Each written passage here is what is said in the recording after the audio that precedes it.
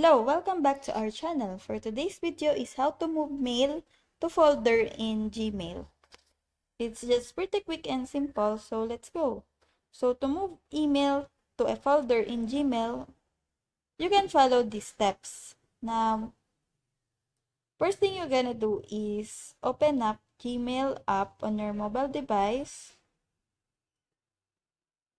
Then find an email you want to move and open it. For example, this one. Then tap the three dots in the top right corner of the screen. Then select Move to. Then here, there is a choices. So, you just choose which folder you want to move the email to.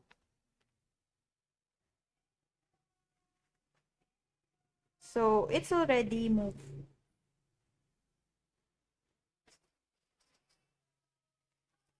So, that's it. I hope that this video helps. If you have any questions or comments, kindly put it in the comment section below. And if not, don't forget to subscribe and like. Thanks!